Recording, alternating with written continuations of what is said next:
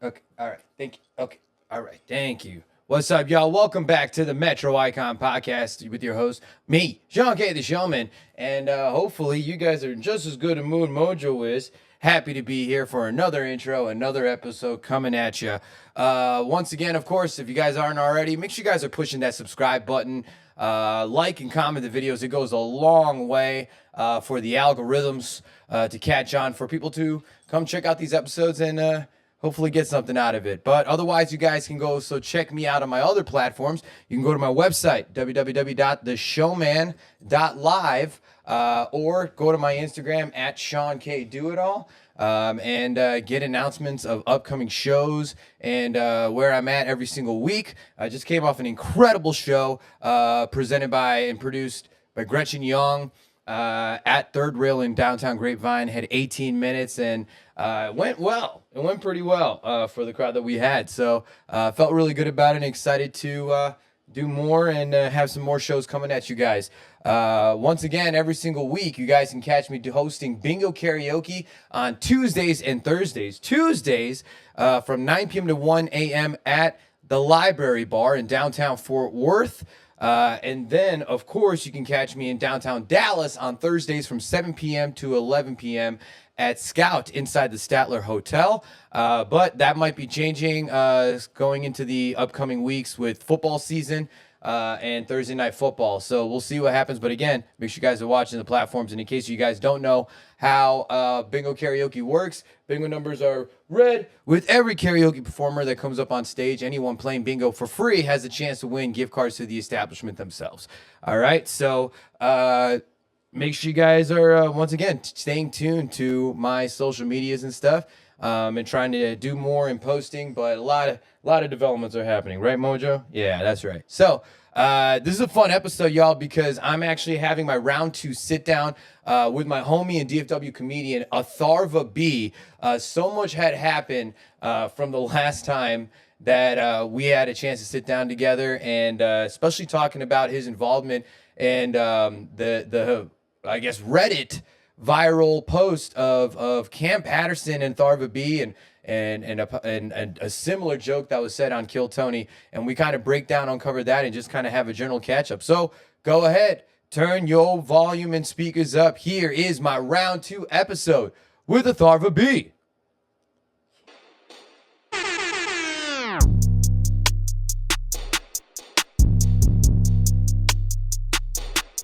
You could do it all. You can't. Do it all, baby. Do it all, baby. Ladies and gentlemen, welcome back to the Metro Icon Podcast. I'm your host, Sean K., the Showman of Do It All Entertainment and DIA Media. And if you don't know, telling you right now, this is what we do on this show, is talk about the world of entertainment and media and the icons that live in it. And we have icons that come back for round 2 just because it's that much worth it. So family and friends, ladies and gentlemen, the long-awaited return of the one and only Atharva B, everybody. Hell yeah, dude. Thanks for having me. It's good to be back. It is good to have you back. Cheers to you, sir. I got you your signature house made with love lemonade. The lemonade went so hard last time that that I gave the kids a lot of compliments on the lemonade, and they made me eat it again, dude. I'm very grateful. Yeah, for the lemonade. Yeah, dude. as unique as your name is to my Mexican family, you know, when I said Atharva, they're like, "Oh, we gotta make lemonade today," and I'm like, "I guess so." I almost forgot, you know what I mean? Yeah. But I gotta make sure that the writer is all good for the talent in the house today, because we definitely gotta talk about, dude, the advancements of what has happened in Atharva's life since the last time you've been on the show. Yes, sir. Let's talk about Let's it. go right into it, dude. This dude went Reddit viral. Yeah.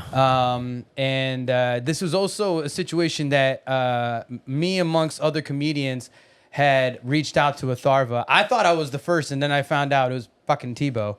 Yeah. But whichever case, many comedians had reached out to Atharva because of a joke that the very, very illustrious Cam Patterson from Kill Tony, regular, had said a joke that was eerily similar to one of like Atharva's OG jokes. Yeah.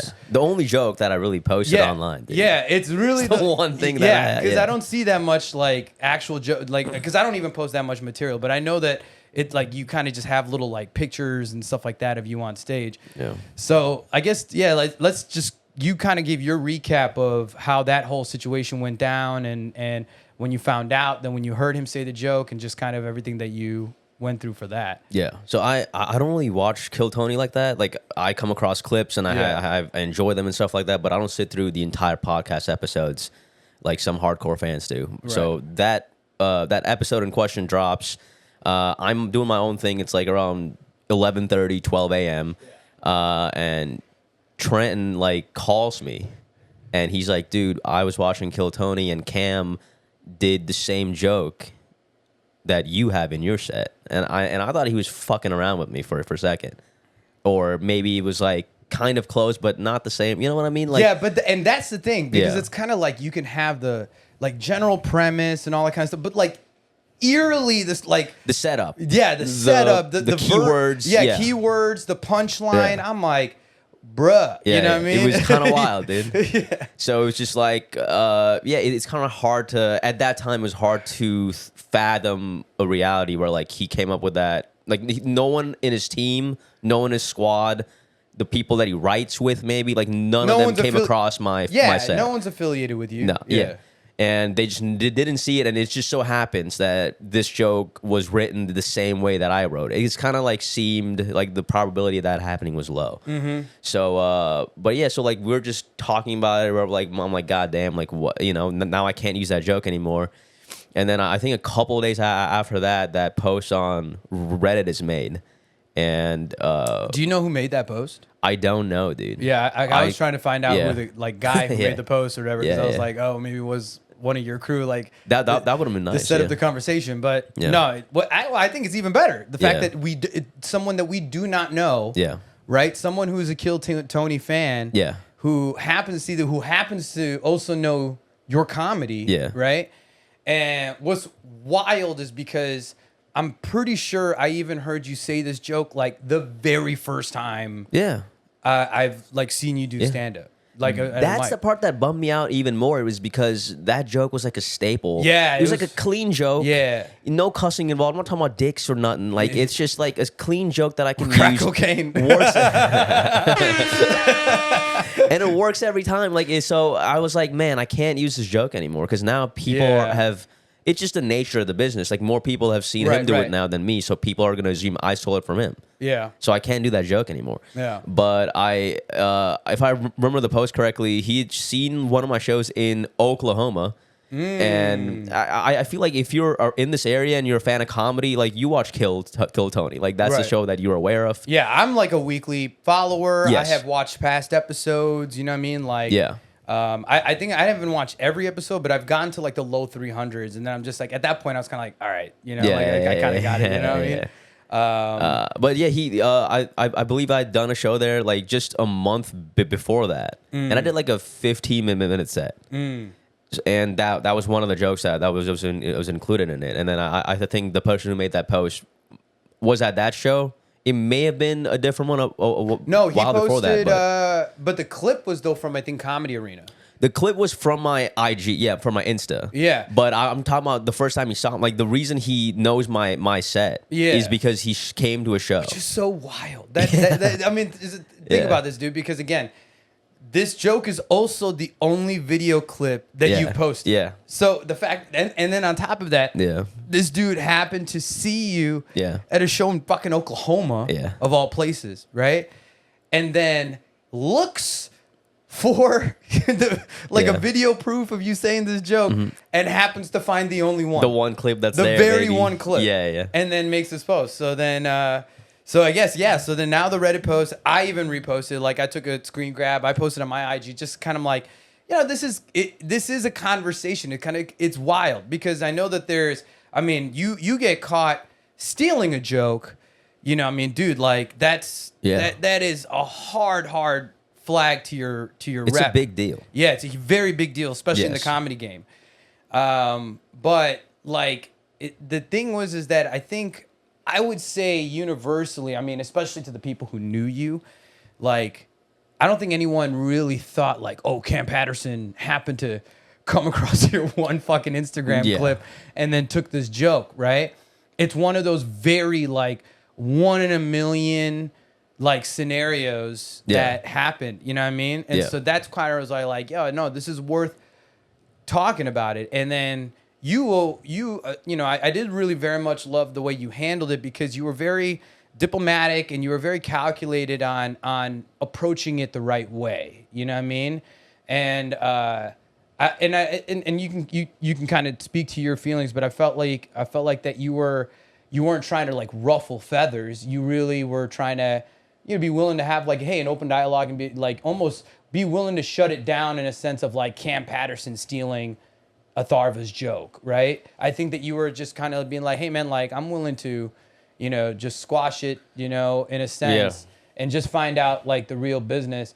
But what made it even more better was actually how Cam Patterson treated the whole situation. So the way I reacted to it was because he reached out to me and he was being cordial about it. Like I'm not sure how I would have reacted. So he reached out to you first. Yes. Okay, because Cam Patterson responded to me in my post. Yeah, I think that I have your post to thank for that because like the conversation was really like centered on Reddit. It never was like on Instagram, and then like when you made that post, it kind of crossed platforms a little bit.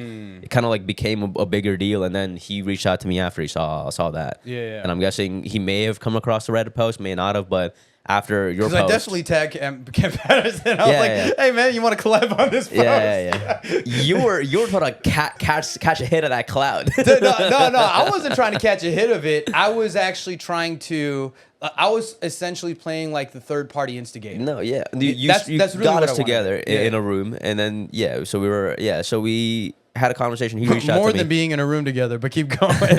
We'll get there in a second. Yeah.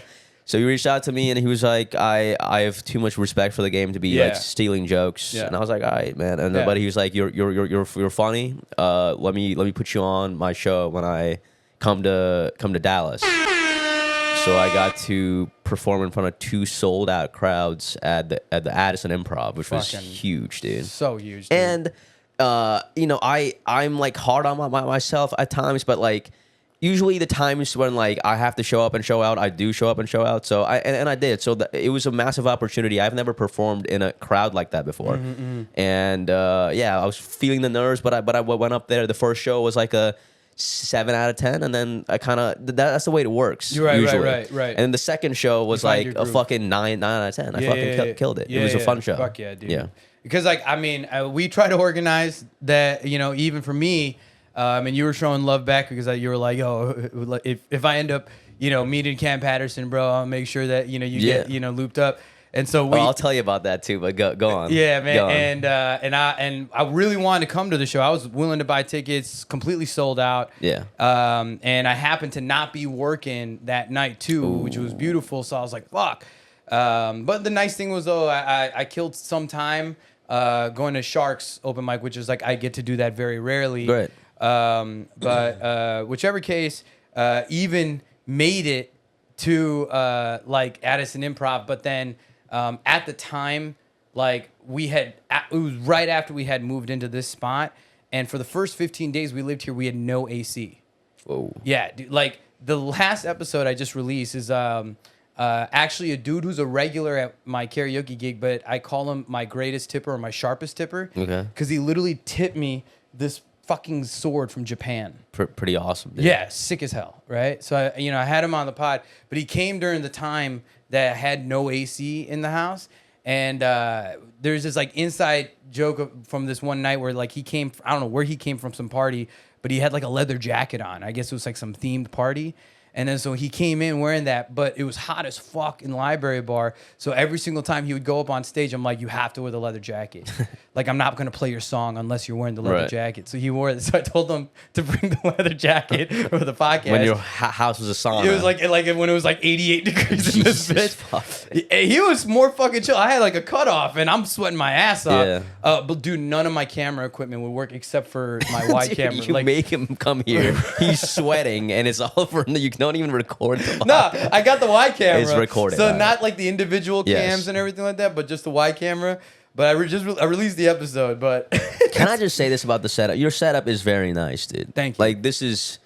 Like, I was telling you, like, I was floating the idea of starting a podcast. I don't know what the fuck I'll do. It's not going to be this, dude. I'll tell you that. It might be, like, one camera, if even, and then just, a mic in the hand. It can be. And again, like, if my laptop wasn't as old as it was, you know what I mean? Like, I'm able to do, like, a whole multi-camera, like, plug-in and everything like that. I mean, OBS is a free program. But...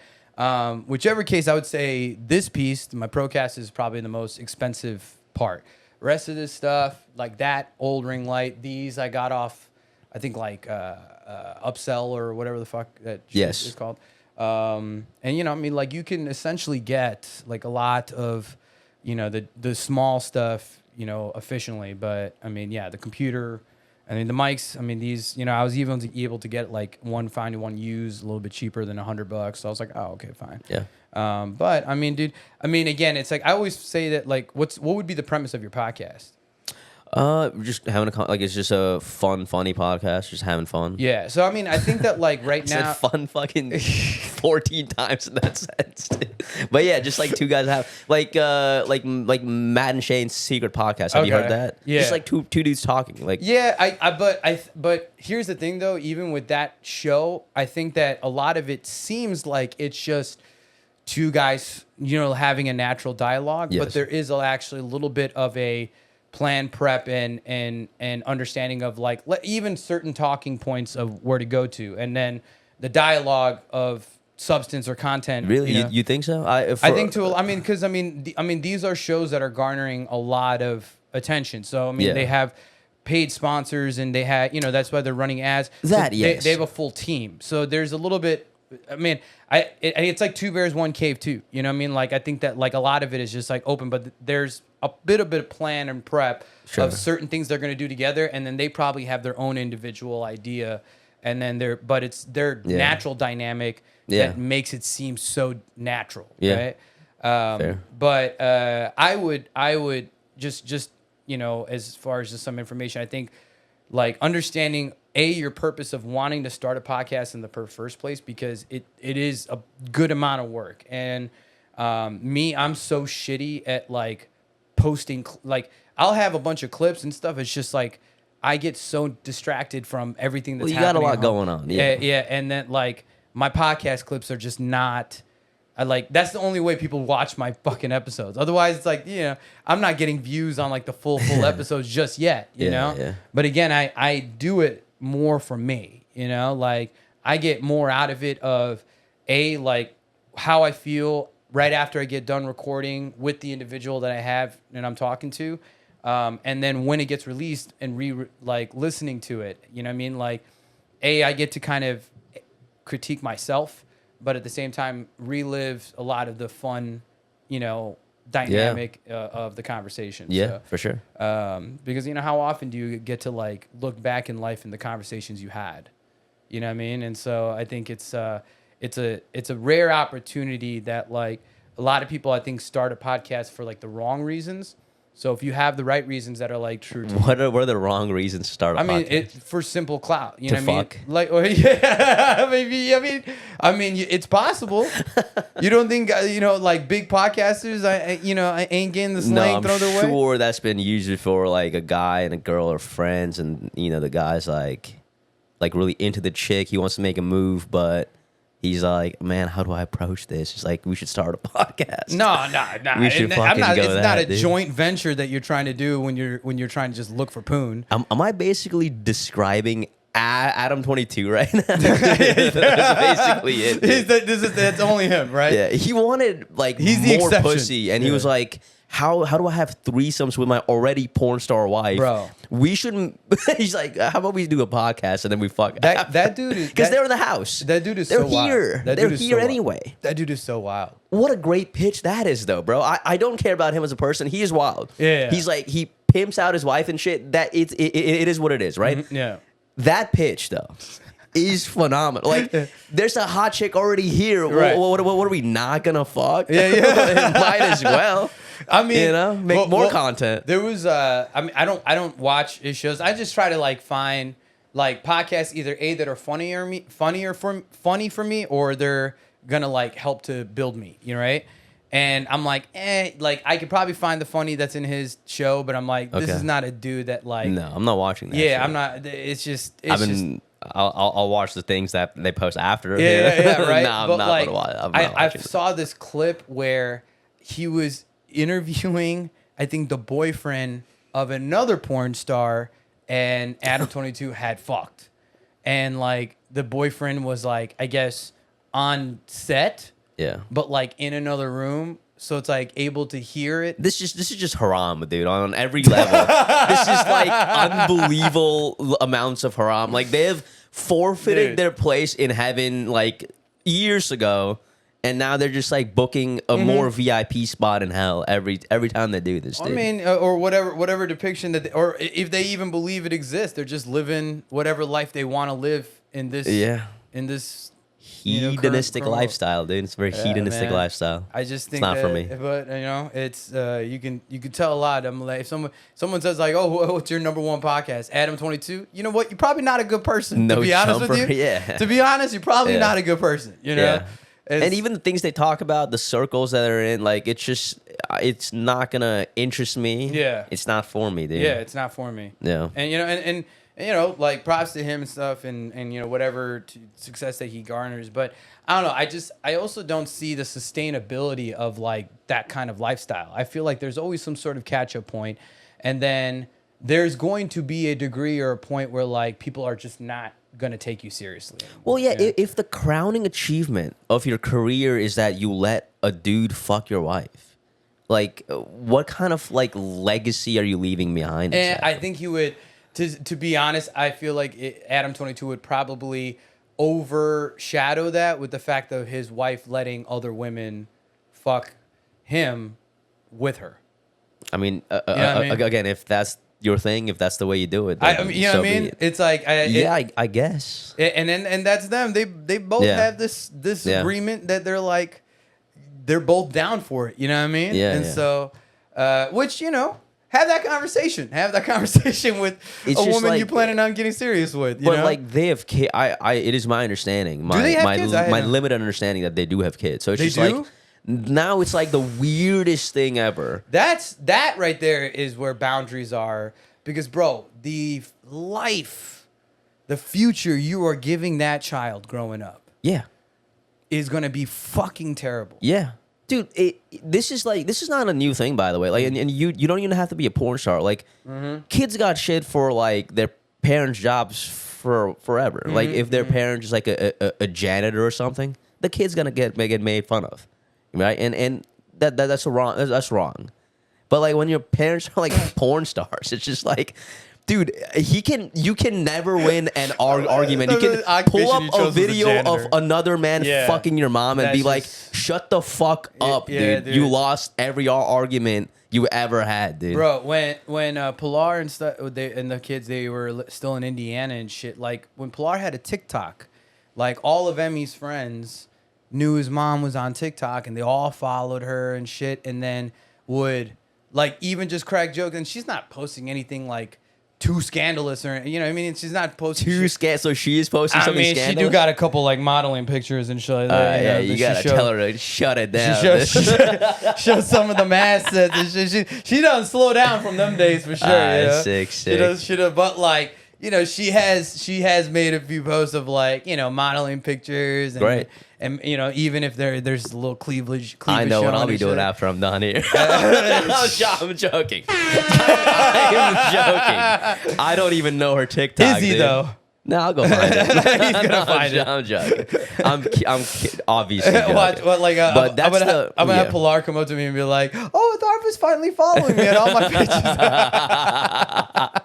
He liked a picture from 2018, which is my move. I am not scared to do that shit on Insta, by the way. And that's, you know what? That's also fair because like 2018, so like much further before me and her even met. You know what I mean? We met in 2020. I'm not gonna do this. Listen, I'm not gonna do this. But I'm just saying, I'm not like, you know how people are like, oh, they're like freak out if they like accidentally double tap on a post from like 2016 on this girl they're stalking because they like her. It is weird though. I don't care. It's just like, dude, I'm very upfront about the way I feel. And it's just like, dude, like this should be a compliment. Like I like you enough to the point where I'm like going this deep in your Instagram. A compliment. I know low key you're saying that my fiance is hot. And it's not about your fiance. It's not about. I already mentioned I'm not doing that. This is also Atharva's way to try and like get me into an Adam 22 mindset. You know. Yeah, this is wild, dude. Your wife is like right here, dude. She's only listening. She's only listening to a few points, but the fact that I said she'll listen to this later. I said but it's she has like the trigger words. If I mention her name or I say fiance, then she'll start to like kind of like point her ear towards the door a little bit. You know, it is the Mexican the powers that a Latina has, dude. Dude, you have man. It is fucking awesome, dude. Bro, it is, but it is unbelievable though. Yes. Like the Mexican female intuition of their man, right? Was especially when they love their person, right? Yeah. And she fuck. You know what I mean? Dude, when even if I'm at a gig, right? And like let's say like a girl's coming up to give a karaoke request or some shit, but she doesn't know what she's singing. So she's standing there and she's like talking to me for more than like 60 seconds. Dude, high alert. Yeah. All of a sudden, my pants are buzzing. Yeah. And I check in my phone. Hey, babe, how's your night going? Like, she fucking knows. Hell yeah, dude. Bro, the amount of times I have like literally almost literally actually, but like told women to like get out of my space. Yeah. Like either like in my DJ booth or where I'm at, you know, like on gigging. Bro, the amount of women I've done be like, yo, you need to take a step back. You can talk to me not that close. Because she's gonna teleport here and kill you. And then I'm me like, after. I'm with a Mexican woman. You know what I mean? Yeah. And like only like 80% know and understand. And the rest of them, they're like, oh. They're like, oh. They're like trying. I'm like, yo, no, you ain't catching no fucking cases from me. Yeah. You know what I mean? Yeah. I don't give a fuck what you have to offer. It is not worth it. That's fucking funny. It's not worth the smoke, dude. That being said, I'm not gonna go through her Instagram. That's not what I'm gonna do, dude. All right? I was just letting you know. I was just letting you know that's my move, though, dude. I'm letting you know that if you do, then we're gonna all fuck. No, I will.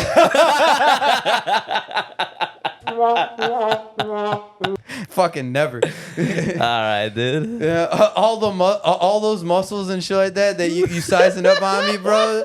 The second you see my black dick, dog, you're just gonna be like, oh, what the fuck? Dick? You can't be saying shit like that. What? Dude. I have a black dick. Dude, you know what's interesting? I have a black dick. This is like a hack bit or whatever, but like, your dick is like a totally different color from the rest of your body. It is kind of weird. Listen, I didn't bring up color. You did, but it is. It's a black colored dick. You fucking brought up color. I brought up black. I just said black dick. Yeah. I was letting the imagination settle. You know. No one wants that in their minds, though. Huh? What are you talking about? Okay, no, I'm just saying though, like, is it not the craziest thing ever? Like, if one of my fingers was just like a totally different color from my body, and I made that it'd joke. be concerning. And I made that joke because it's kind of like, it literally is the darkest thing on my body. Yeah. And I don't understand. Yeah. The thing that sees the least amount of sunlight. Yes. You know what I mean? Yes. Even when it does come out. Yeah. There's no sunlight. Is your dick like catching a tan at night? Or yeah, right. You know what I mean? Fuck is going Even on, on when you're sleeping? when there's no moon and a cloudy night, you know what I mean? It's still like it's. I don't understand. Even the science cannot explain. Yes. Why? Yeah. You know what I mean? And it makes no sense. But I mean, that's like part of my like whole like the science. You looked into the research. Yeah, I'm like, why? Why is this? Why is this? Why is this? God. You know what I mean? Well, why is my dick black? Yeah, why is it? Can I say the N word because my dick is black? I am 10% black, dude. No. It's so funny because it's like I have this whole premise of me having to reinvent my own N word because of the way I grew up in Chicago and shit. What did you used to say? Huh? You used to say it? Well, when I was growing up, yeah. Hell Because yeah, I was always part of the conversation. I'm glad you're not one of these people that lie, dude. We No. all used to say it up until Bro. like 2017. You know what I'm saying? Like You know what I literally mean? everyone No, said like, it. I think by the time you like essentially like graduate high school, you know what I mean? Like, dude, those group chats Bruh. are wild, bro. Yeah. I mean, even before I'm talking about I lived in an age like where I got a cell phone, like texting, was just new and Yeah, like you're old. I'm old. Yeah, yeah. You know what I mean? So like when I was like a freshman, freshman, sophomore, and stuff like that. Sophomore years when I got a cell phone, a flip phone, where I'm like fucking T9 texting and shit, you know? Yeah. But like, dude, when you're part of the conversation, you're growing up, all your friends are minorities, majority of them are black. Always, it was just a free flowing fucking thing. You know what I Can mean? you imagine how badly you want to say the N word that you're it's you're not- typing it out on like a flip phone? I don't have a desire. I'm not saying you did this. I just think of like, cause now it's like, okay, you can text pretty quickly. I'm thinking like back to the flip phone days where you gotta like press 7 4 times and you gotta spell out NIGGA. And imagine there's 2 G's, so you have to once you type the first G, once you type the first G, you have to pause. For it to get to like the next one to type G. That might be the only reason they stopped using ER and switched to A. They're like, I don't want to type that. Nah, man. The rest of the letters, I'm dude. sorry, ain't nobody gonna find no transcripts of me fucking typing this shit out. You know what I mean? Yeah. It's all he said. It's all codes, It's dude. all he said. He said. But you know who really like put me in check? Black women. Black women are the one that. What they do to you? Well, I mean, it's just like as soon as like it was like after 18 and stuff. Like I'm around the crew, like, and I've had my black friends like defend my like all their Indian friends and shit like that. But it's like black women, they're like, no, like that's like the one thing black women stand. They stand, you know what I mean, strong. I mean, they have a say in the matter. My thing is like when. Okay, I obviously don't say it anymore, but like there was a time when I had black friends that they were cool with me saying it. Yeah, right. And there were like white girls that were like getting mad at me for saying it. Well, that's different. But this was like, dude, who the fuck are you like to be have any say in the matter? And I have definitely made a bit about this, but the one thing white people hate, non-inclusion. Like, okay, like not, I can take that. Not, like, you know what I mean, not being part of, you know what I mean, the fad, the trend, you know what I mean, and that's like the one thing they'll never get like that. This was the classic woke white chick who just thought that, like she had to come save the day, and then like, there's no nuance in her mind. Right. She's like, this word is bad and no one can use it. I mean, and it doesn't help too that you're also like lighter than average brown. Fair enough. You could get away with it, dude. I have. Yeah. Like white women have given me looks, but never questioned me. You know what I mean? If they ever caught me. Because you're like is he your race is like, is he ... question mark? Because that's your race, dude. Because you just have a lot of people going, is he? This every time they see you. That's why I say, dude, my biggest premise I'll always be able to talk about is my greatest talent is my racial ambiguity. Hell yeah, dude. You know what I mean? I'm always looked at as some sort of mix. The biggest shock is people finding out I'm 100% of anything, let alone Indian. You know what I mean? And what's interesting though is when people... even me for the first time, I was like, "You're not the genie from Aladdin." Aladdin? I was like, "Did this guy South Indian?" Aladdin? I was like, "What the fuck kind of those are eating genie is this, dude?" The Will Smith version for sure, Will Smith version. Dude, you guys look very close, dude. I'm pretty close. Dude. It is. I mean, you might get that role. You might get that gig. Honestly, dude, the wig work would be so easy. You could just need to like fucking, of course, that little like tail on the top back, Yeah. But we'll work it out. I think that might have to be your fucking okay. So I make these like sketches and stuff like that. I kind of slowed down on it a little bit, but I have like 4 posts posted on social media and stuff like that. But I need to get you a role as like a genie, dude. I need you as a genie, dude. We'll put you in like blue face, you know, and then put that. Are you gonna actually put paint on me, bro? Why, I don't know not? if you can. Why not? What do you mean? Why not? Why bro? not? A little face paint, make you a little blue. Make you look like point, bro? Vishnu, dude. No, bro, I'm supposed to be shirtless, right? Or am I just gonna be like rocking a blue shirt? We'll make. I mean, it depends on what the sketch is. It depends on what the sketch. I haven't written it. What is the budget for this fucking production? $5. I don't fucking know, dude. Whatever I can save in a week. This man's dude. gonna have $5 and be like, bro, I wish, but I actually had to spend it on the fucking face paint. So well, shit. So I mean, let's. I want to trail it back, man. So you had an opportunity to. Do that gig at the Addison Improv with Cam Patterson. I do want to go back. Let me talk about it. You want me to talk about it? What? That gig, yeah. Yeah. So I brought a few friends with. I was trying to get you in, but I brought a few friends with me. I had to like fight for their right to stay, dude.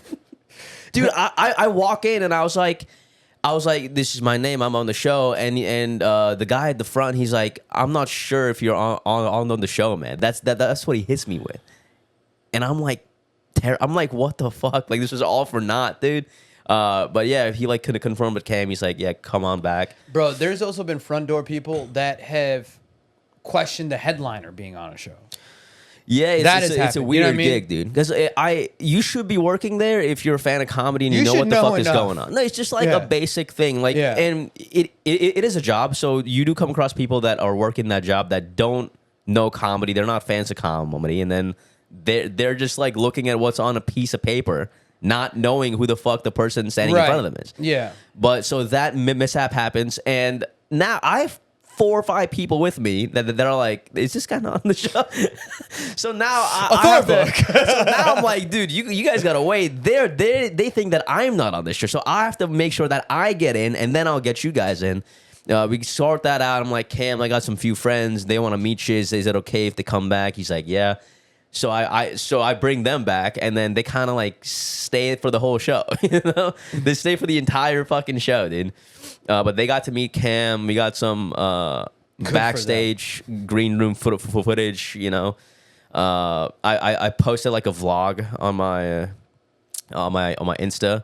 The shows went great, dude, and I'm very happy that Caleb B. Davis was the videographer. Yeah. Oh, nice. He was there. I mean, he's a comic. Yeah. But he was there. He's a fucking G, dude. He's the man. Hell yeah. His @ on Instagram. Let me give him a shout out. CBD. Funny CBD. I think. Funny CBD. I just had his episode not too long ago. Hell yeah. But so he recorded my set, and now I have this fire fucking 10-minute set. Yeah. I'll send you it. No, you sent it to me. I already did? Yeah. Did you watch it? Yeah, you had a private link, and you're like, yo, don't send this to nobody. Yeah, because I am trying to like, yeah. No, you did. And was that the first show or second show that you sent? That was the second one. Yeah, so that, I mean, dude, like, it was... do you think it went well? Fantastic. Yeah, exactly. Yeah. I felt the same way. I wanted to make sure you...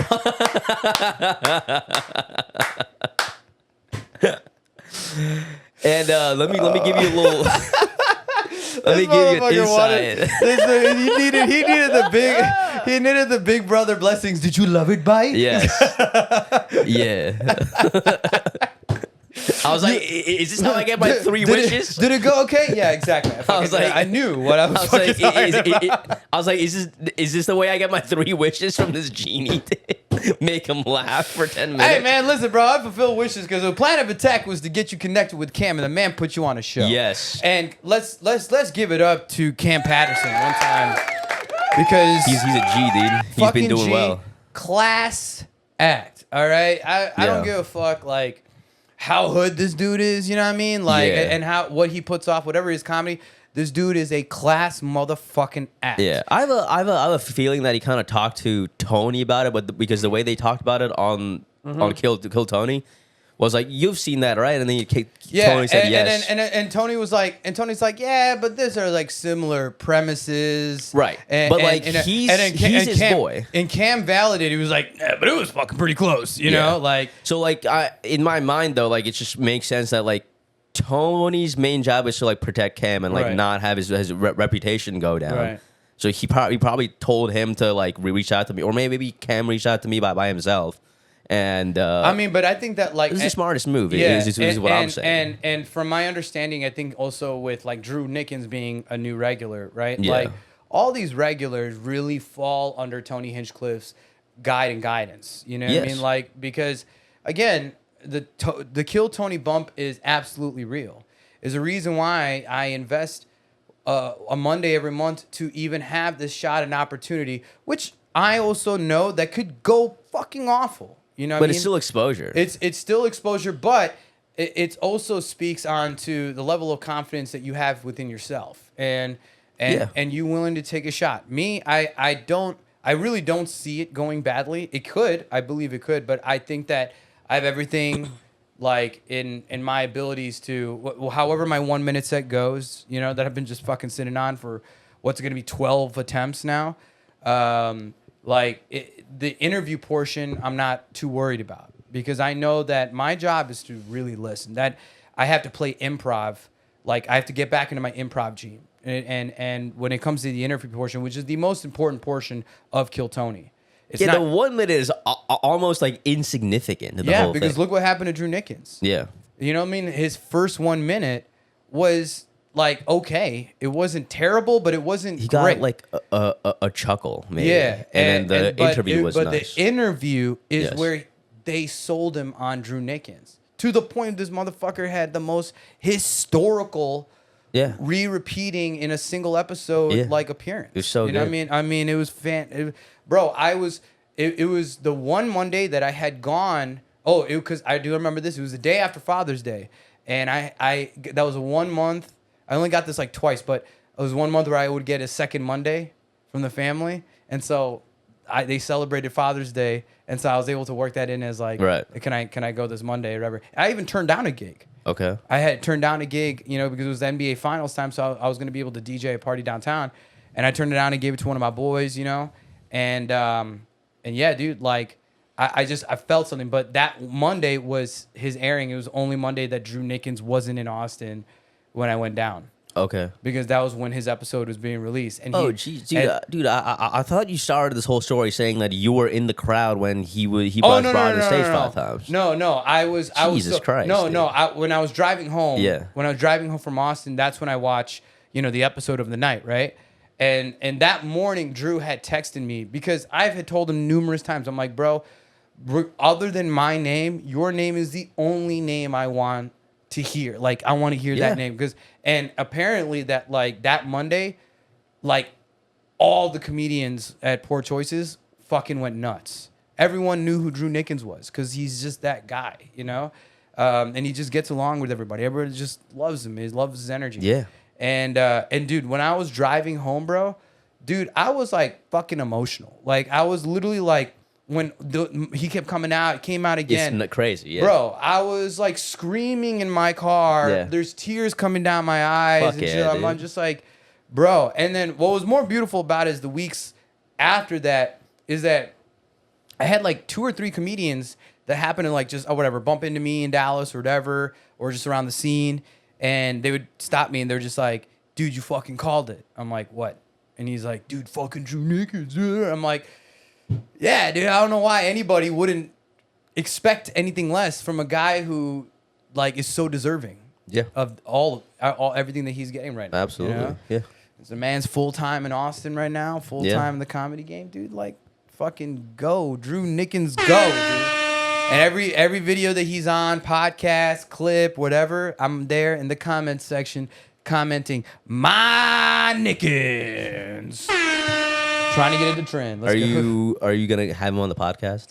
Bro, I couldn't. I wanted him. I was trying to organize it, and then literally after his episode came out, I'm like, oh, this motherfucker is never gonna come on my show. I'm never gonna be able to get this dude. I lost my opportunity.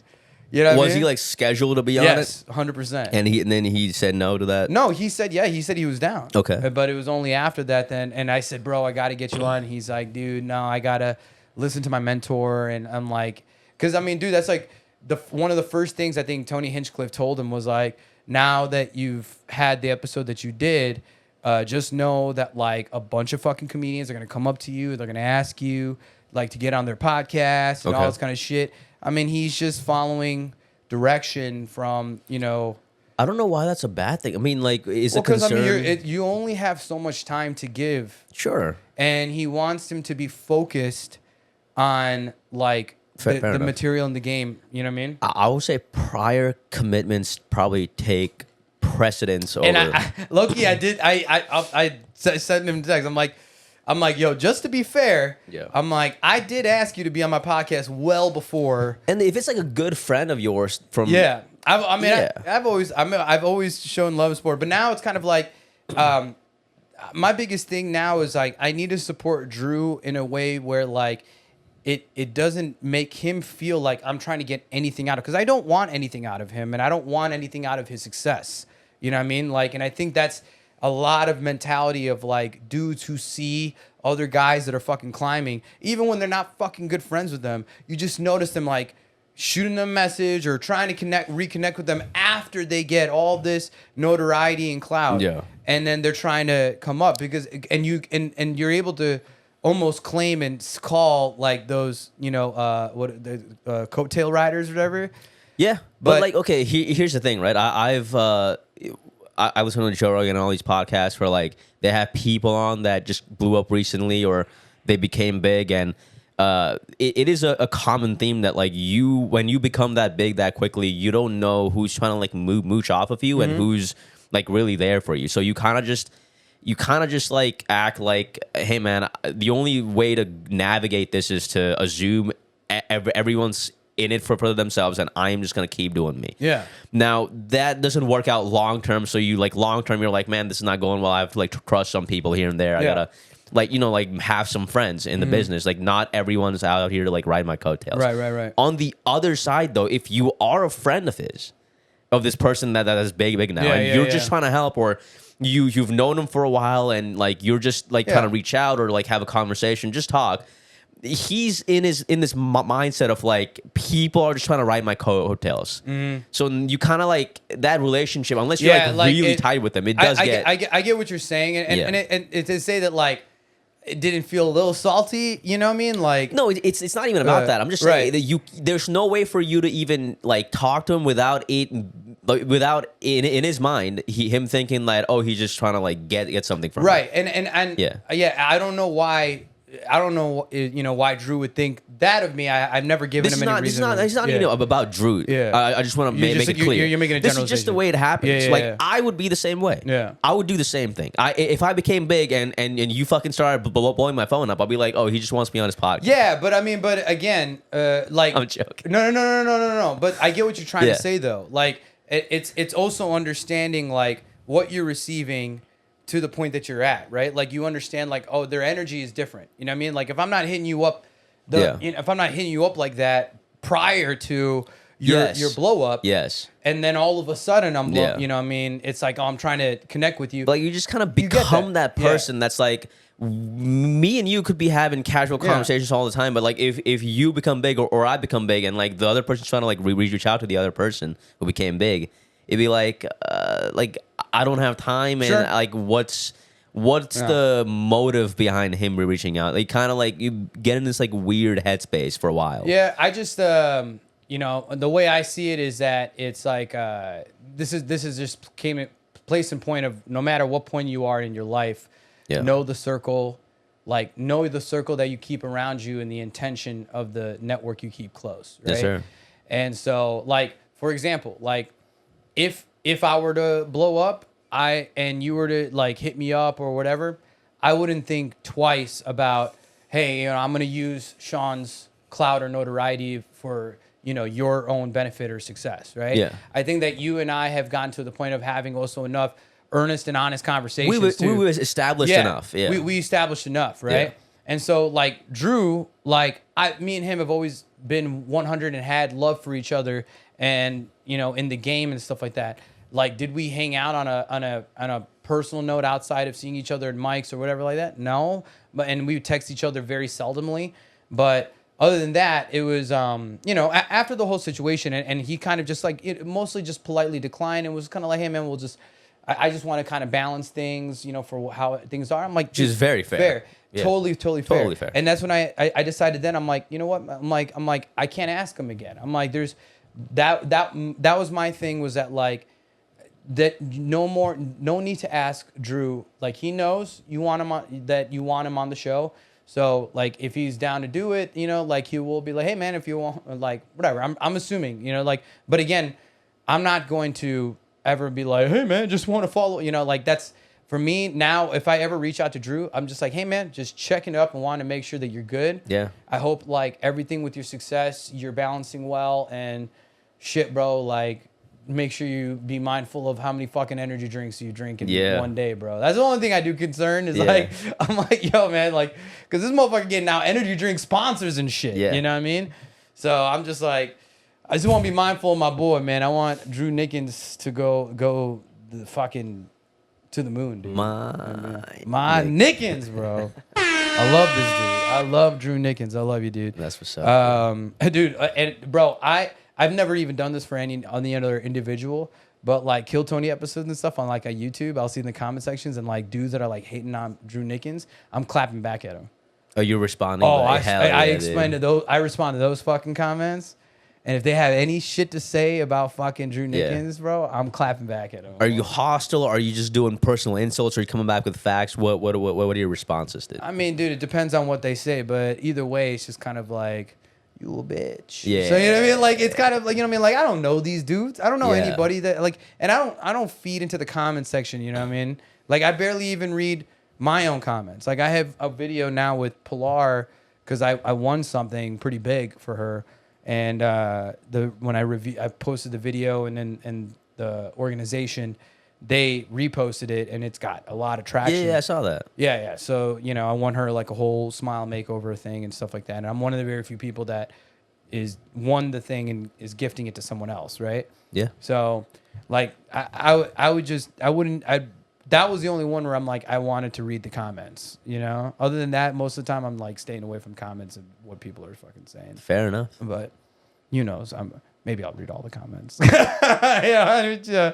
all like to say that. We all like to say. In reality, it's impossible not to. It's so hard not to, dude. And you're fuming in bed when you're reading it at night, and you're just there like, bro. But what's wild too is like the few times I have commented, like I've had a few comments that like got a shit ton of fucking like likes and traction, or started a whole fucking debate under it and stuff like that. And that shit's interests me because my post will get like 3 likes. I post like a nice picture or a nice accomplishment, and it's like people barely see it. I make some random funny comment on somebody else's video, and it's like, Dude, the way people get famous just kind of seem like that way. Like I think it was Matt Rife who said that. Like he's been posting like actual comedy for like on his TikTok for a long time and didn't really get any traction at the time. And I think the clip that like blew him up was like this obscure obscure thing that it was like a piece of crowd work, but he was really just said something dumb, and he was like, this should not have been the thing that blew me up, but it did, and now I have all these fans now. Take the role, dude. And he always speaks how like he hated social media, and I totally get the frustration of it. But now it's kind of like you have to do it because it's part of your job. I would not be on social media if I was not a comedian, dude. Like if there's a way, if you show me a way to like be a comedian and get shows and this and that without being on social media, dude, I'll fucking take it in a heartbeat. Yeah, I would take that wave plan. But I mean, there's just in the entertainment game in general. Yeah. Like I think if you get to a point where you can have like a social media manager, then you can Then you can like have them do that. Or you do it like fucking Ed Sheeran, where you become so global, where you're just like delete. You know what I mean? Like you don't have to do anything. Don't need it anymore. You know what I mean? Yeah. Because dude, like you get to that point of notoriety, dude, the amount of like fan pages and like fucking scam pages. Yeah. Fan pages, scam pages, bro. His work is out there though. Like his work's on Spotify. Like there are no comments on Spotify. There's no one like shitting on his music, dude. When Spotify gets comments. Dude, it would be miserable for artists. Do you think that'll ever happen? I don't think that'll ever happen. I don't see the point in it. But they were trying to like make their platform a little bit more like YouTube when they got Joe Rogan over. Like that was their thing. They introduced like a video format to Spotify. And the main gripe that I had and a lot of people had with the Spotify JRE was like, there are no comments. The comment section really brought us together. Like, it's fun to read the comments. It's fun to see what the people are thinking. That's why, like, right now I'm exclusively on YouTube now. Like, I used to be on a shit ton of podcast, and also especially put on the audio version, then having the video version. Now I'm just strictly on YouTube. Yeah, the comment section is where it's at, dude. I just really want to build it right there, and I think YouTube is just like, that's going to be the universal TV network that is just gonna on a deeper level. When you have a comment section, it's not just on surface level people are just commenting about the video, but on a deeper note, like, you're building this culture, you're building fans, you're building this interaction where people are talking. It is engagement. So people are like driven to your product, or whatever it is, a little bit more. When you do that, you establish like a fan base when you do that. And that's kind of the problem with Spotify. Like Joe Rogan, who's known to have like guests that are controversial, or like, they are very it's fucking everybody though. Opinionated, but like on YouTube, when we used to have those guests, the comments were like, he's right. Like, there was like a conversation to be had about their conversation. And on Spotify, it wasn't there. So I really like the fact that he's back on YouTube. Yeah. I mean, even that whole Spotify deal, I was like, bro, why are you paying that much money to have his show on Spotify? And you know what I mean? Like, people, again, I think a lot of his show is based on that engagement quality and aspect. And so it's kind of like them dropping that much fucking money on him. I think they got what they wanted, though. Did they? Yeah. Well, I mean, who knows? I didn't look at the information, but they just wanted to get the biggest podcast exclusively for, I think, 3 years. Yeah. On their platform. Yeah. That's all they wanted, and that was gonna drive people in. And in people's minds, Spotify went from an app that was basically exclusively for music, and it became this platform that was also for podcasts. It was just to switch people's perception of Spotify. Right. And I think it worked out. Like, people like go to Spotify now. Yeah. For podcasts. What's I gotta ask you right now, one Indian man to another, what's the number one song that is Dude, you already know that. I already fucking know it, dude. Motherfucking Big Dogs, Hanuman Kind, bro. Yeah, dude. Putting our people on the fucking map, dude. That video goes so hard. And I love that he's Kerala born, but like, he's from Bangalore, but he was born in Kerala. And so there's after that song, when I'm like, went on Spotify, and I'm like, all right, let me listen to this dude's top 5 and his albums.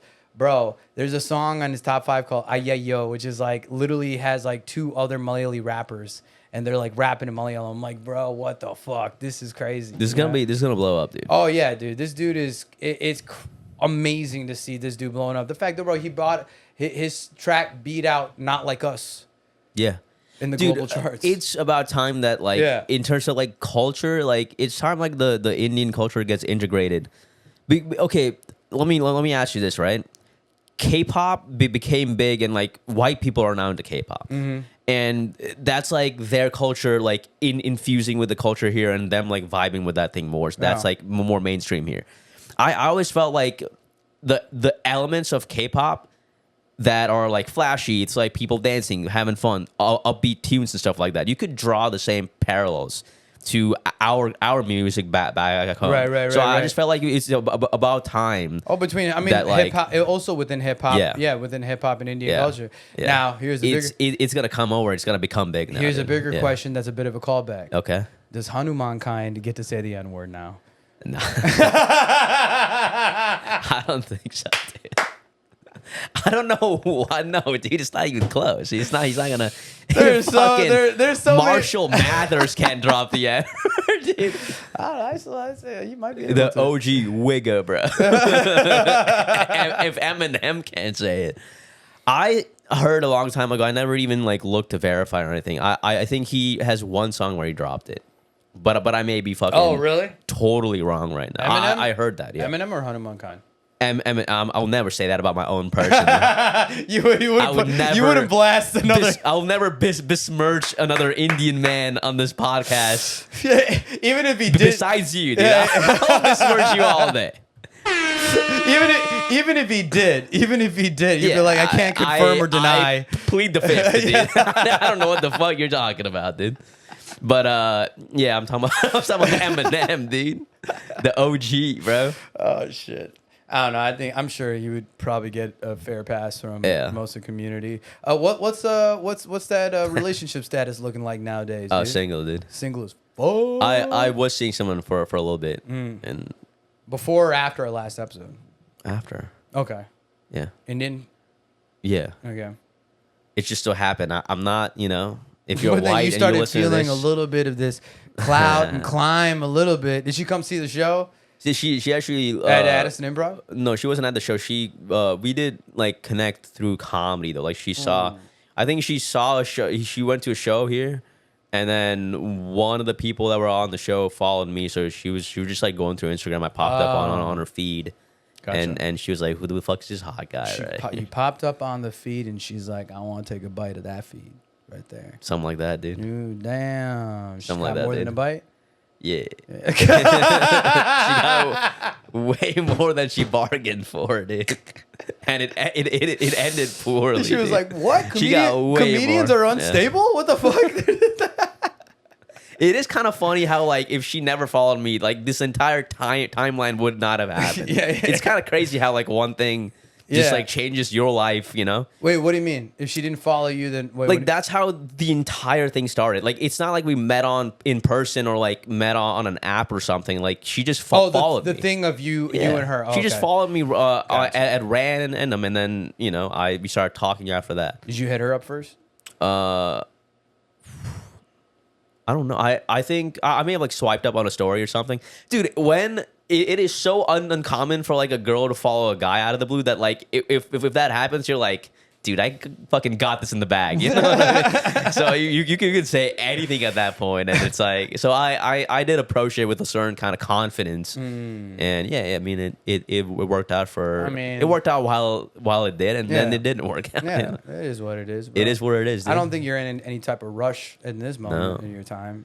No, I might move to Austin. Like there's a lot of Yeah, things you talked going about on. that on the last episode. I was just about to ask. There's you. a lot of moving parts, so it's just like the less I got tying me down to Dallas, the better. If I were you, I would not go to Austin capped. I mean, and that's coming from a guy who literally moved from Chicago to Texas. You're saying don't move to Austin? Like, or don't move to Austin in a relationship. No. You know what I mean? No. Like be ready to embrace Long term, I had my fair share of that. Yeah. I'm not cool with that. And I was in that mindset when I was getting ready to move to Texas, and then literally that right after, I think it was like the month after I decided, I was like, okay, I'm gonna move by the end of the year.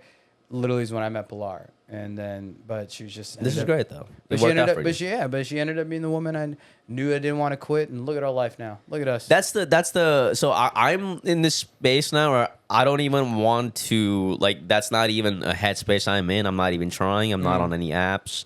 I'm not even, because like you said, like if you're planning these big moves and then you end up in a relationship here, it's like that's gonna keep you tied down to here. Yeah. So I'm exclusive. I'm trying to like go out of my way to avoid it.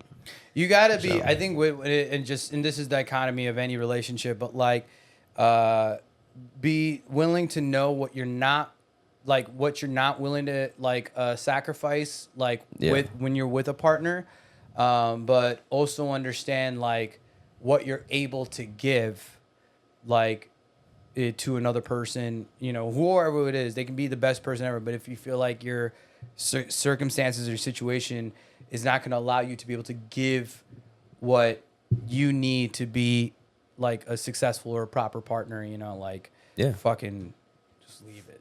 Just fucking leave it. You know? But me, I somehow gravitate to the difficult choice when it comes to most. You kind of did. Yeah, I kind of like where it's like it would have been so much easier to leave. Was that I mean, you may not even want to talk about this right now, but like at one point in the beginning, was it ever like a negative that she had kids, like in your mind? I mean, yeah. I mean, and I think my biggest concern was literally the how my family was going to receive it.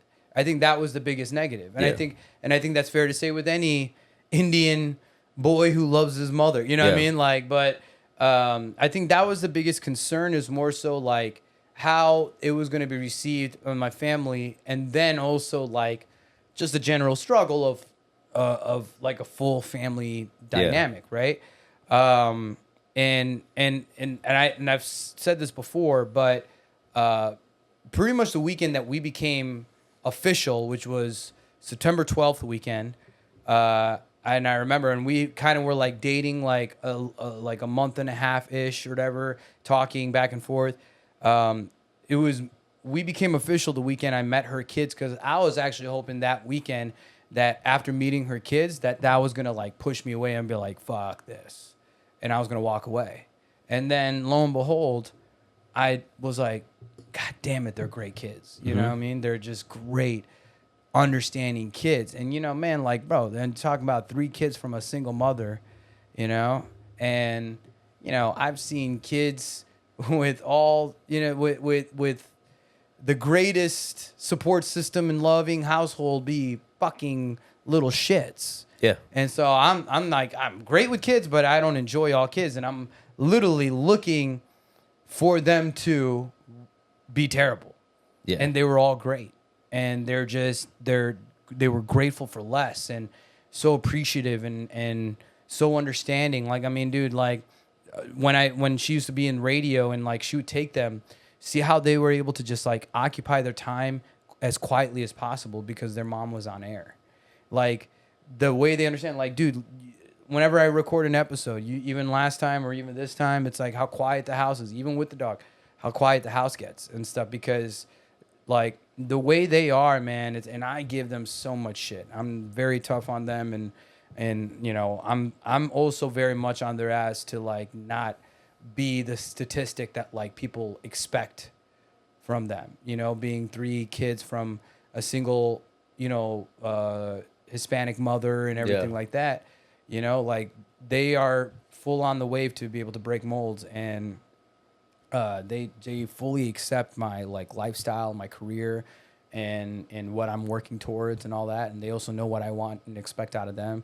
So I mean, dude, it's just there's still, I mean, always something to learn. It's learning curves, and they're growing up. You know, I'm sure in the next few years when, you know, the girls are breaching into that teenager age and shit like that, we'll see how that develops. But right now, okay. I was like, where's that sentence going? Okay, go on. Well, no, when they get into their teenager ages, I mean, Emmy, he's already 16, going on 17. I mean, like, you know, I kind of understand how his dynamic is. Girls are much different. The way their attitudes change. True. And, you know, their emotions change. True. And all that, like everything that they're dealing with and all that kind of stuff.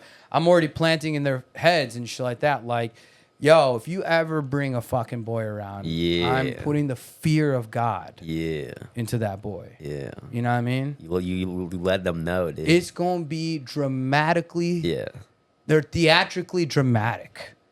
When I meet these boys, you gotta be like, yes, be Indian or nothing at all, bro. I'm going fucking. Yes, be Indian, dude. Bro, huh? Yes, dude, be Indian, I always dude. imagine that like somehow they end up fucking falling for a brown dude, you know, which is a brown dude's dream. You know what I mean? Oh, yeah, I guess most brown dudes are kind of into Latina chicks. You know? Okay. You know, present company excluded, who's I mean, trying to appease mommy, daddy. That's not true.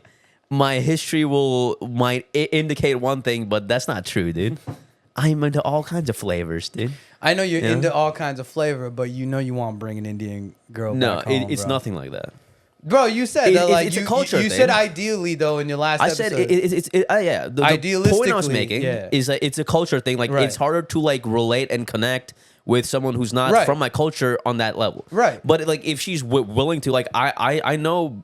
I have like friends or like brothers of friends who are with a white chick, and the white chick's like taking effort into like learning about the culture, being a part of the culture, and doing that. Yeah. So if she does that, then great. I mean, it's funny. I feel somewhat disassociated sometimes to the community, but it is interesting though. Like, you know, like explaining somebody within like our cultural, like, you know, whatever situation that we're in. Yeah. You know, her meeting people or seeing, whatever traditions or something like that, and kind of explaining it to her, and then being like, now that she has a closeness with my family, I'm like, they can explain it way better than me now. Yeah, but you don't strike me. I mean, besides the hack jokes that you don't look like an Indian, I come to your house and there's nothing like the usual Indian things you see in a household. Yeah, they're not like, you're just like, this is like a normal, starting with the nose. Yeah. This is just like this is not a typical Indian house, dude. But it is a home. That's great. I'm just saying, like, maybe that's not something that you even cared about. Yeah. Because you're not like that in the culture that you came from, which is fine. I mean, I am. But like, just not. I'm not hyper traditionalistic. Sorry, I just saw the face being crossed out, dude. Steady Eddie. That's so fucking funny, dude. Yeah, dude. X'd out. I mean, even me and Alexander K aren't cool, but you're not cool with them. No, that's why I jumped off On Air Don't Care. I jumped off On Air Don't Care. Was that his thing? No, On Air Don't Care. Remember the live show you came on? Yeah. Remember when it was in Library Bar? Yeah. And then when we left Library Bar, and then it started in Denton. They're still doing it there at Flips, and then Alexander K and then Micah, who's John's son, Johnny's son, they came on the show, and then when they came on the show, it was fine. It was just a different dichotomy and energy in the show, but I started to notice that like Micah and Alexander were becoming way more distant with my presence, and I was kind of the opposition a little bit. They were more. Johnny, Alexander, Micah, they're very similar in nature. And so I was kind of more the opposition, which created a lot of, fun content and conversation and shit. But I started noticing like the way they were pushing me away, it was just kind of like I felt like they were just losing just general respect for a dude, and then it was really my roast is what put it over the edge. Alexander was on my fucking roast, fucking showed up. They were roasting you. No. I put Alexander on my roast. No, on your roast is in like you're the guy being roasted. Yes. Okay. Just want to clarify. Yeah. So it was my birthday roast that I had end of February or whatever.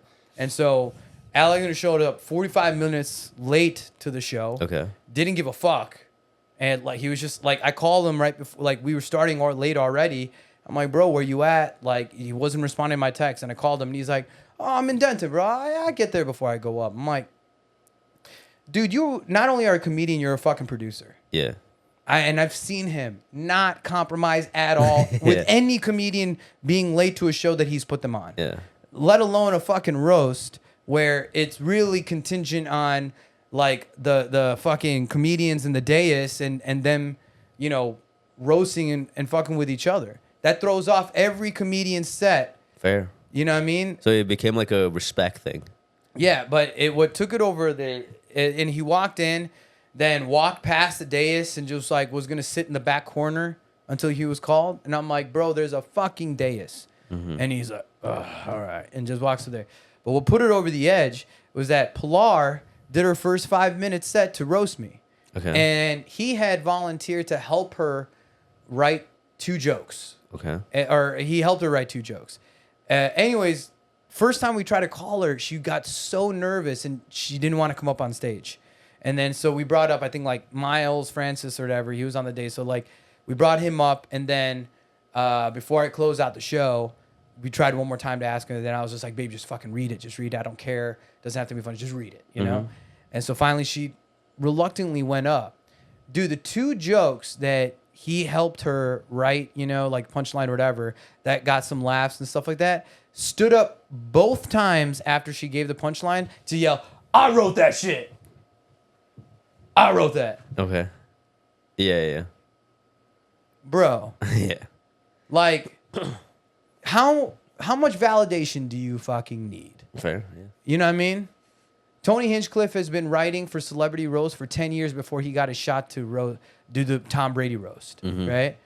Imagine him, every fucking celebrity, after the joke that he wrote that got a big head, he's standing up like, I wrote that shit. You know what I mean? Like, bro, you don't need it. And no, everyone's thought was like, the fuck? Who cares? Who gives a shit? Yeah. You know what I mean? And you're there to witness her apprehensions even coming up on the stage. And she's never done stand-up before. You fucking know all this information and try to make it about you. You know what I mean? Yeah. Like for me, that right there was like that broke the camel's back. I'm like, bro, you don't respect me or my fucking situations. So I'm like, I don't fuck with the show, I mean, like, you know, I just got love, whatever. Like, have him climb, do what he wants to do. I'm not talking shit about Alexander K. I'm just like, but again, he made his position very much known, and I was already suspecting it, and that confirmed it, like everything from that night. Mm-hmm. But I mean, that right there, dude, that pissed me. Like, where after he got up the second time, I'm like, dude, shut the fuck up. Shut the fuck up and sit down, dude. Yeah. Like, it's unnecessary. Shut the fuck up. And he's like, just fucking sits there and, I mean, like, so again, like, fucking do you, bro. But, like, me, it's like, he hasn't reached out. I haven't talked to him since that night. Really? And he hasn't reached out to try and have a conversation, try to mend anything, you know? And there have been people be like, yo, man, y'all got to fucking mend your shit. I'm like, listen, dude, if he wants to have a conversation, be willing to have a conversation. Same thing. The reason why Steady Eddie, though, is that he blatantly tried to avoid the comment when he disrespected not only my fiance, but also my fucking best friend, and tried to make me believe that they were having some sort of fucking affair. After this fucking show. Fucking idiot. Oh, it happened on the after same that show. Oh, yeah. Or like claims he saw something on fucking mushrooms, weed, and alcohol.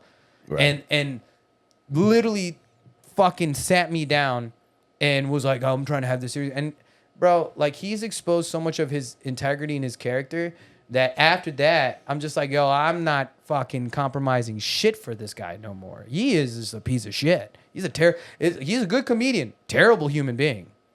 You know, just overall. And it's funny, I actually had a run-in with him at Twilight Lounge. It was after my gig on a Thursday.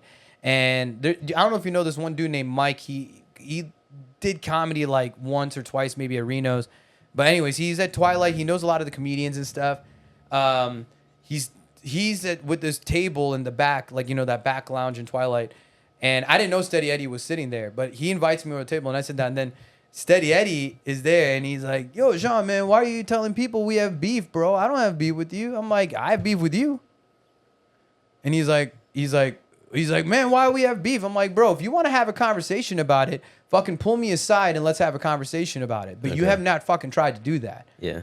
I'm like, but you don't want to have to, like, it's unnecessary for anyone to have to hear that shit. I don't fucking care. I didn't sit down to have this with you. I was like, but I'm like, I try to have a conversation with you, and the one time, like, you just try to brush it off like it wasn't a big deal and wanted to not address it at all.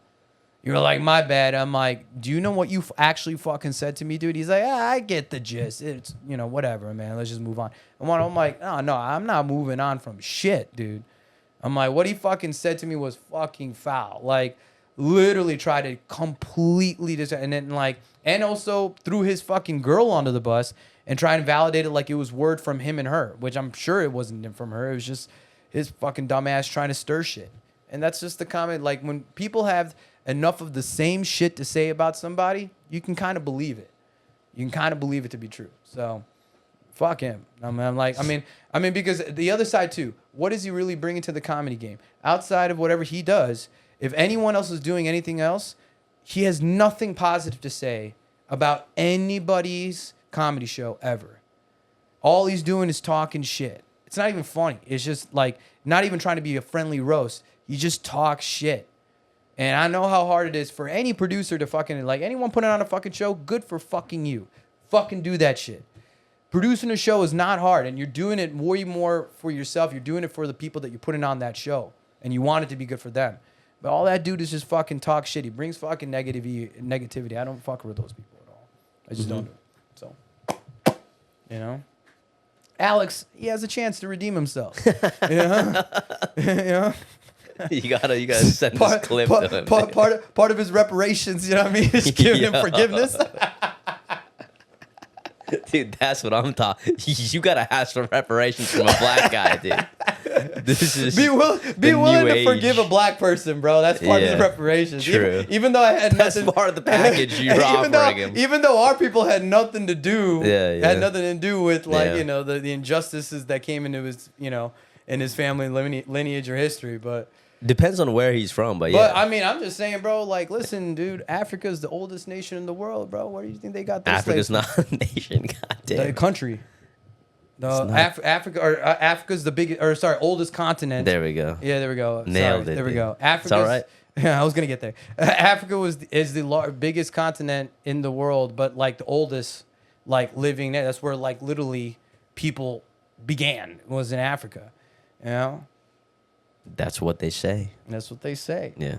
And I know- wasn't there to personally witness it, but I know those African countries, they got their slaves from somewhere, from across the pond. okay, Jesus Christ. Dude. Saying. We just want to burn bridges on this show. No, dude. my neighbors. That's what I'm saying. That's my N word, bro. Hell My yeah. neighbors. Hell you know yeah, what I mean? dude. I've been saying that shit.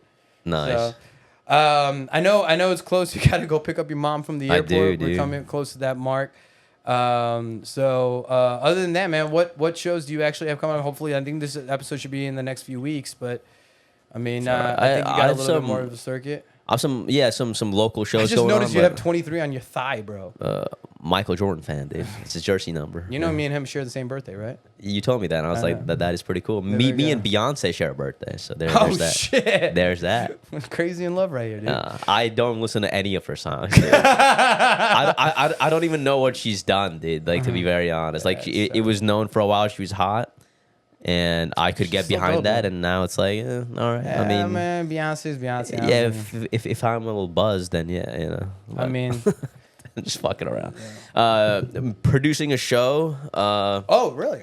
Trying to with the guy, the man, the myth, dude. Trenton, dude.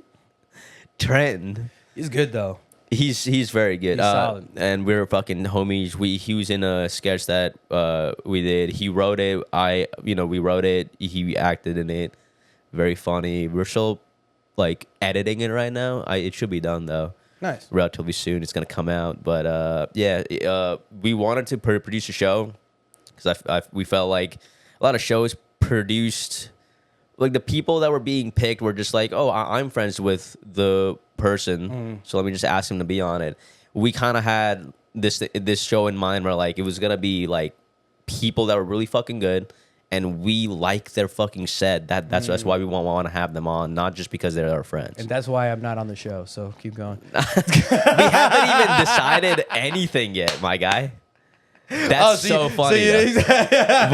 We haven't even decided anything yet. But I have zero expectations that anyone puts me on any no. shows. I'm trying to secure the venue first. Yeah. That's because I was gonna ask when and where, but Yeah, I'm trying to secure the venue. I mean, he's got good connections though mid-October. at Arlington Improv, and that's a fucking. And he's fantastic- like a forward, like he's that Yeah, side of the yeah, town guy. I'm this side of the town guy. So, Yeah. and we fully expect to bring like 50, 60 people to the show. So it's gonna be a fucking great time. Yeah. I think the people that we might ask, like they will say yes, unless they're busy or whatever. Then we'll have backups in mind. But bro. got that coming up. That's where my like focus is going right now. I'm cool with not doing like as many sets or whatever. I'll probably do like a weekend at TK's. Oh, shouts out to TK's by the way, because I did a weekend there right before the Cam show, and I've been on a cruise. I was traveling for a while. I hadn't you done also comedy. went to fucking Portugal. Portugal, I did a dog. show there. Yeah, We didn't talk about that at we'll all. talk about it in a minute. Shouts out to TK because he put me on, did 5 shows that weekend, and really took the rust off of it. And I actually wrote the cruise bit is fucking new. The cruise bit is literally like it happened the week before, and I had to Yeah. write it. So those 5 shows really gave me the chance to like get it to a point where I'm comfortable with it, Yeah. and get it to a point where like it's working. It's like it's a functional piece in that whole working set that I got going. Yeah. And also I figured out that like opening with the clean bit kind of like builds that rapport with the audience, and then when you hit them with the dick jokes, they don't like tighten up. Yeah, Whereas yeah, if you yeah. open with something dirty, it's just like some people might love it, but some people are kind of like, what the fuck? It instantly closes them off, Yeah. and it's like Yeah. you don't open them up with Yeah. comfortability, but it's uncomfortability. Yeah. So it's hard to reopen them Yeah. up once they're like. Yeah, hard as and hell. once I learned that, it's just like, yeah, like no shit, like, but like back in the day, I was like, dude, let me just open with my funniest thing first, and it just so happened that he was dirty. But now I've kind of switched the strategy that helped me out a lot, and I'm kind of one of the guys that like he hits up once a month to do a weekend or open for a guy who's like headlining the weekend. So I'll probably do something there. But yeah. But I mean, how did you even get this Portugal gig? Portugal, we were okay. This restaurant has like a hall, and they were trying to build a comedy night there for like since the start of the year. So they have a monthly comedy night. The locals love it. They fucking show up. They have a good time. He just wanted more people because there's like fucking 2 fucking comics in Portugal. You know what I mean? But So- I mean, but they covered your travel expenses to go. No, it wasn't like that. Let me fucking tell you. I'm sorry. This is his post. He's like, yo, you know, if you guys are here, if you guys are interested to come into Portugal and you're a comic, like we have this thing, just send over a tape. If we like you, we'll book you. We'll give you a certain amount of fee, and we'll cover your living expenses for 2 days and give you food from a restaurant. Oh, fair. So your food and fucking living situation is taken care of for like 2 or 3 days. Just got to get there. Yeah. And they pay you plus the tips. The people that are very, very kind and They're generous. They yeah, give that's you how money. it is in Europe. Yeah. So sent him the clip, my set. I mean, he liked it.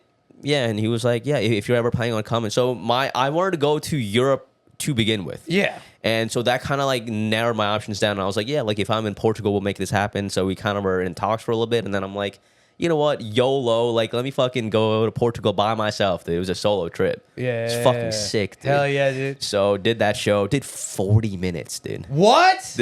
Holy shit. Holy shit.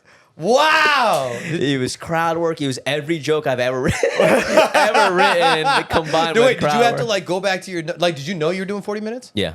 You knew you were doing 40 minutes. Did The you expectation was 30 minutes to an hour because they didn't have a host.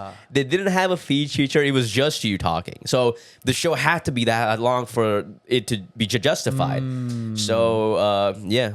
So I kind of told them that this is not how, like, I gave him like general instructions for the future, but like, yeah, my set was just me walking up to the fucking mic, grabbing the mic and just talking for 40 minutes after that, dude. It was sick. What if you arrived and they're like, so you're doing Portuguese? That was established. Yeah, they have a lot of expats that live there. Oh, yeah. And they themselves are not from Portugal, so the expectation and was there's, just in English. I mean, I think was it Anthony Ramos when he went to Tokyo or when he went to Japan? Yeah. You know, like there's a lot of these comedy clubs that are in these other countries and stuff that are strictly English. You know, more American comedy. They want to hear that. Yeah. But dude, what a sick opportunity. It was awesome, dude. And now I just get to fucking tell people that I'm an international comic. Yeah, dude.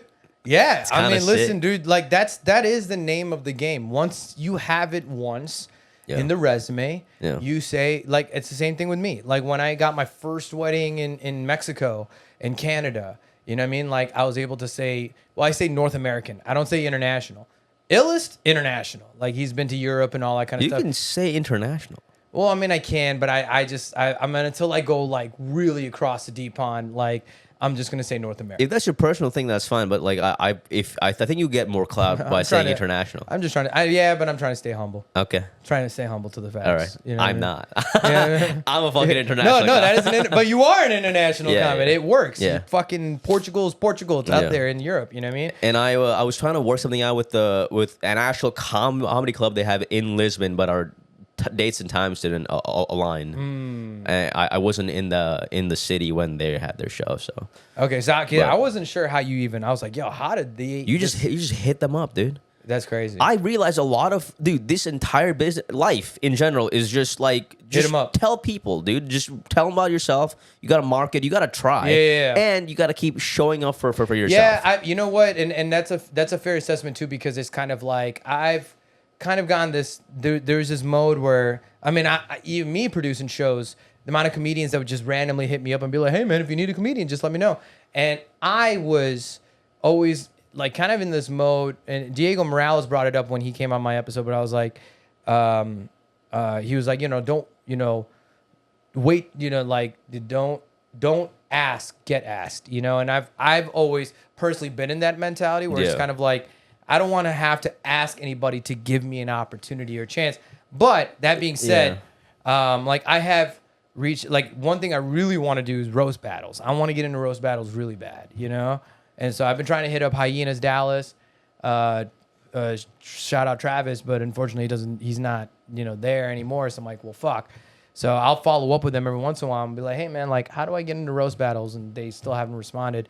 But for me, that's why I got into producing shows, because I'm just kind of like, I don't want to wait for somebody to try and put me on. I'm just gonna put it on. If you're, I mean, that's definitely one way to do it. Yeah. If you still want to get on the roast battle, I know people that have been on the roast battle. I can ask them for you. Yeah, I definitely want to get on. I'll ask them for you. But I like Diego. We're fucking friends. But like, that's not. I think that's not the right way to go about but it. I think to your argument too, it's fair. Like, yo, all fair in the game of like introducing yourself and going after the opportunity yourself. Yeah. In a sense, be like, hey man, because it's like, just don't take it personal if they don't put you on, because it's you know what I mean. But you know, because they're not gonna put you on. Yeah, chances are they're not. But like, you get 5 shows every year because you asked. Yeah, great. Right. And so, like, for example, like when if I know that I'm traveling to X city, you know, for a gig, you know, I'll be like, okay, what comedy club is out there? Right. I'm like, let me just be like, hey, I'm gonna be here for a gig. I'm just wondering if maybe you guys would be down for me to be. And that's how you make connections, bro. Like you do that. I know. That's how it's done. That is how it's done. That's the name of the game. The name of the game is just dude. Showing up. No one gets paid for this. No. Like, rarely. not enough to the point where you can Sustain. justify doing it. Yeah. Like, for example, like the gigs that I mentioned that were in Oklahoma. That's like a 3-hour drive, 2-hour drive. Pay me like $10. Yeah, or the gas. Like, you know what I'm saying? Like, I think it's like always like fair. Like, if you can at least cover the cost of them to get there. But I'm doing it because I love doing it. Yeah. Nothing about this is a monetary compensation based thing. It'd just be a bonus if you could. Yeah. It's literally just, I do this because I like doing it. So if that's the case, then why would I not make more connections? Why would I not ask people if I could be on their show? Right. Because I am giving them something. Yeah. And then, you know, if maybe back, you know, I'm not saying I'm like a big deal or whatever, but like maybe back then when I was like just starting out and I had like a crappy 10 minutes, they're kind of doing me a favor by like saying yes to me being on their show. But now it's kind of like more 50-50. Like, yo, you know I'm good. Mm-hmm. You know I can bring people. It's gonna be a good time. And you definitely do. I give you props on that, man. Because I think every show that I've put you on, or I've seen you on, you've always even brought like 3 to 5 people to come. You know. Props to you having that type of support system. I'm lucky. I could not get people to show up for me and my shows. Even if I paid difficult. them. Yeah, I'm lucky because I have like different groups, so I'm never going to the same people and asking them to come to a show. It's always different people. So I'm very, very lucky, and they're awesome people. But that being said, grateful. I've also reached out to people that like wasn't that close to, and be like, hey man, if you want to come to the show, come through, and they would show up. Right. Which is. You know what I mean? Yeah. And it's just so funny how that shit's. It's like, man, like people in your close circle, and they're the ones who always be like, hey man, let me know when you have a show, and you let them know.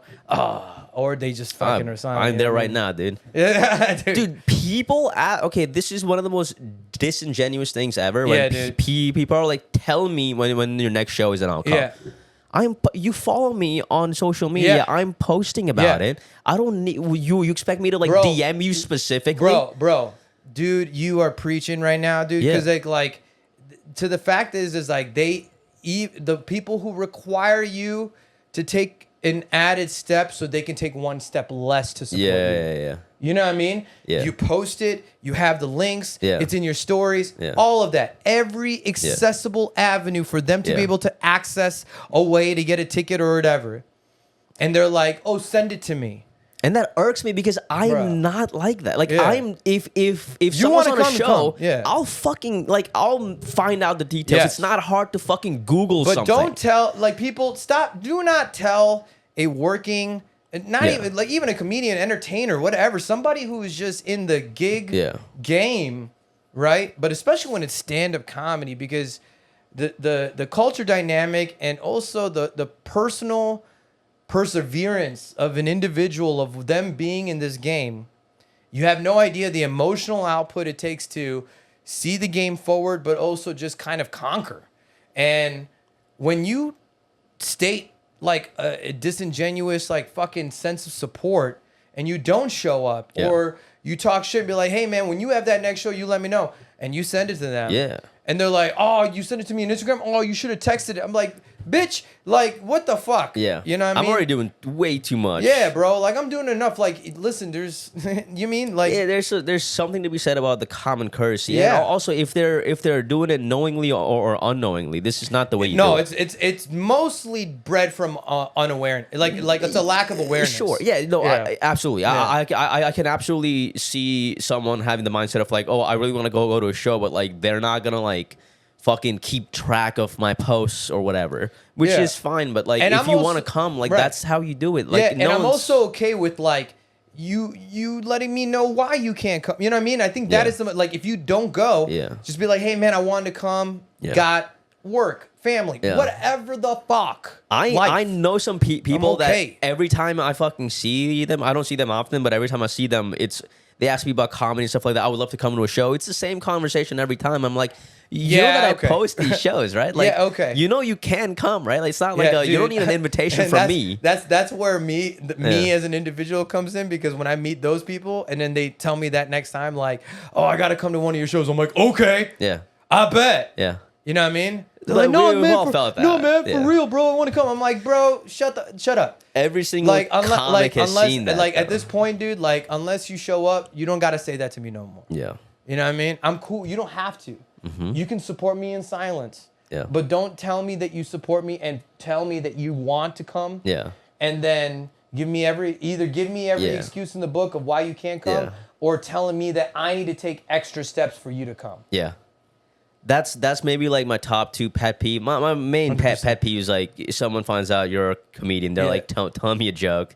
Oh, bro, dude, it's nuts. Then don't become an Uber or Lyft driver, because of course, my FAQ back there, it says first thing first, I'm a professional MC. Yeah. But when they get to stand-up comedy, that's all they want to know about. And then like you have about 60% of those passengers will be like, tell me a joke. And be like, well, whenever somebody brushes over the fact that I'm mainly a professional MC and they see stand-up comedy and they tell me to tell them a joke, they're just pretty much saying, make me laugh, clown. Yeah. You know? Yeah. Just call them out on their bullshit, you know? It is 3 p.m. right now, 3:01. Yeah. So let's go ahead and wrap it up. You know how it is. We leave off with the final statement from the guest. To leave off in the world, last time he was encouraging the use of crack cocaine. I was just saying, try it. If you haven't tried it out, if you haven't tried it, is that a bad? Hold up. Is that a bad message? It gets to put out? You said crack cocaine gets a bad rap. I'm just saying, but it does. You should definitely try it. I'm just saying, try it out before. Ow. Are you gonna fucking fall for misinformation? No. Fake news is very prevalent. I'm just saying, try it out. I think you're giving over information that very well could be misinformation. But either way, Atharva B, closing off the episode, so you can go pick up Mama B from the airport. Yeah. Leave off the episode. Atharva B, go ahead. There's your camera. Dude, just fucking be real. Fucking support the people in your lives, and fucking, I don't know, try out crack cocaine, dude. Try it out. Yeah.